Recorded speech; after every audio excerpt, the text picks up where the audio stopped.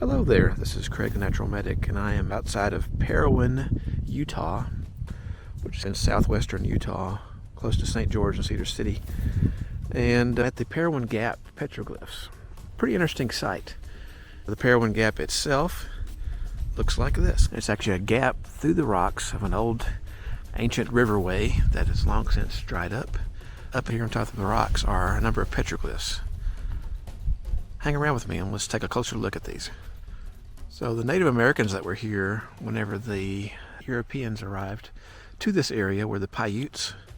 They call the people that were here that left these symbols on the rocks the Winus, which are the first settlers of the native people, their ancestors. If you zoom in, you can see a better perspective of these many symbols on the rock. This is a sacred site to the Paiute and the Hopi, so visit with reverence and think about that. The interesting thing about this particular site is it tells a story of a great journey by the southern Paiutes. This symbol here on the rock shows a migration pattern. You're traveling from the old world to the new. Lots of interesting symbols here, and the things you may have seen in other videos that I posted about petroglyphs that I have visited over the past several years. You have the familiar corn stalks, you have different astrological, astronomy type symbols up there, along with some other things that might be familiar. If you're looking at this up ahead, I'll give you a brief summary. You're looking at a movement of the sun, the moon, and the stars. That's what this line is tracing, and it's also showing the Parowan Gap itself, the valley of the summer solstice, all types of things.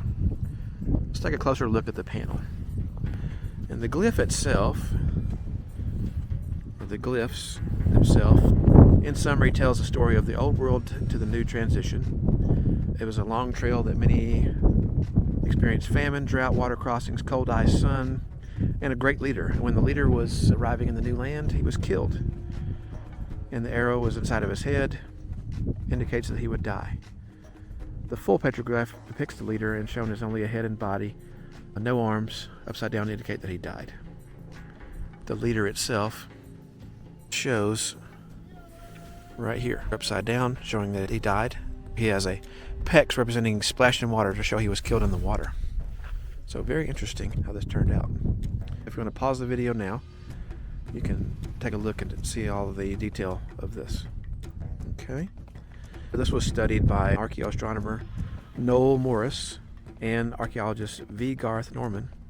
They studied this in the early 2000s and determined what it actually meant, and that this grouping of petroglyphs represents a lot of astronomical knowledge. Now the Hopi people look at it a little bit differently, but similarly to the Paiute, they describe their connections with the people of long ago, which migrated through the Parowan Gap to Hopi, to Nasavi, which is the spiritual center of the earth.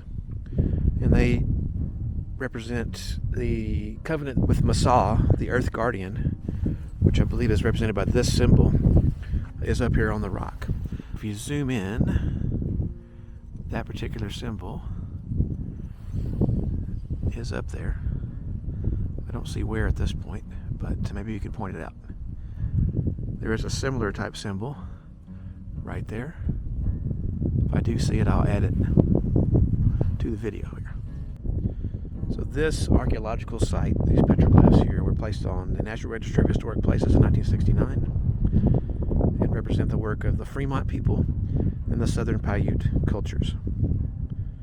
Petroglyph sites are likely a working of many individuals over a long time period, not really done by any particular group or individual. They were just done over a period of time by different tribes that visited here. So if you look at this panel here, you can pause the video if you want to take a closer look. This is the first time I've seen the symbols interpreted on a panel that tells you what these things mean. The Paiute Indian tribe of Utah provided the interpretation of the petroglyphs. Let's take a look up on the rock. If you look at the nearest ones on this rock face right here, you're looking at this kind of wide, almost looks like a fan that's showing the snow falling.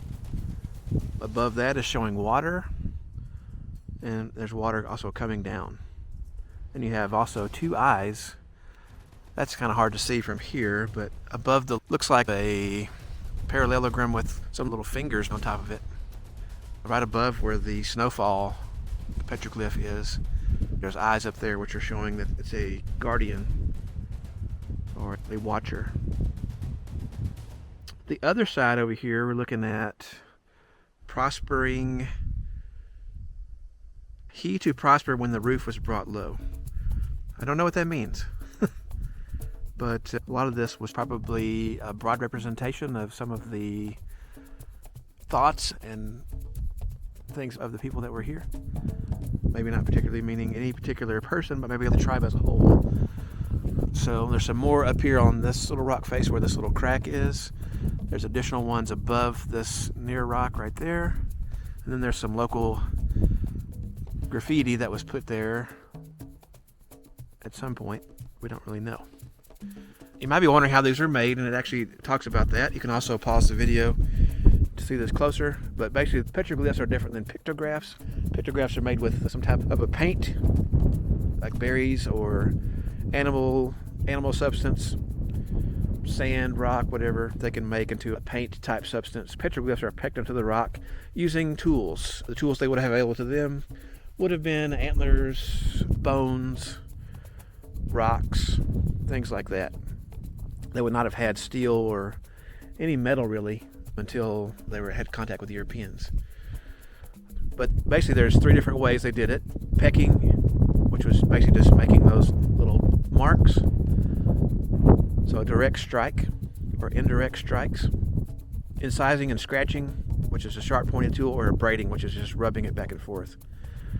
And the panel, as we've seen throughout this video here, the panel represents a grouping of symbols that mean a particular message or relationship to other panels nearby. Yeah, looking at this right here, the first Europeans, which were mostly Mormons, coming to this area of Utah, led by Parley Pratt. He was one of the commissioned leaders for scouting new settlement sites, and he made contact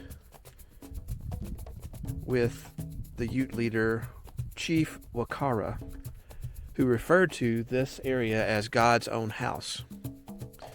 Just 2 years later, they established Parowan as one of the first settlements in southern Utah. One of the things to think about is what is a relic or historic inscription and what is vandalism. Right over here on this rock, you have some historic inscriptions. Looks like a tombstone right there, which is pretty interesting. Zoom in a little bit. You have HSH in 1882, Hyatt 1887, it's 1839 maybe, or I'm not really sure if that's 1939. Not really certain. But nowadays you don't want to touch any of these, whether this is the historic writings here or the petroglyphs themselves. You don't want to damage those. Oils on our skin, it's illegal, so don't do that.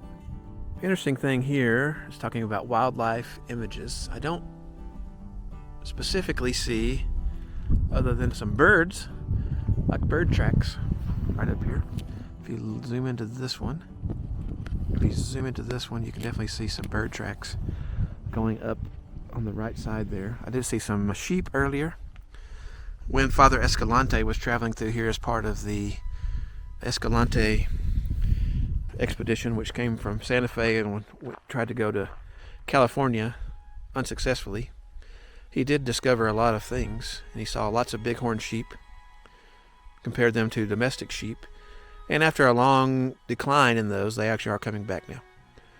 So pretty neat. As I've said before in other videos, they use this to kind of keep a record of what they saw in their environment and in their life. So if you look over here, we have what's called a mimeograph. The Paiute sun god, which is Tobats, or Tobats, That might be his mouth right there, where that little cave is. And then his face goes up here. The thought was that he ate the sun in the wintertime, and then the sun appears here in this gap on the first day of summer. Isn't that wild to think about? Their thought process was so aligned with how nature changed and moved around them that they patterned their movements and a lot of their life by that. And if you look here, you can almost see a face right there. There's the mouth, nose, eyes, that kind of stuff up at the top. Pretty wild. This panel here talks about the geology of the site. In short, there was an uplift here as a river or stream was eroding and creating this gap.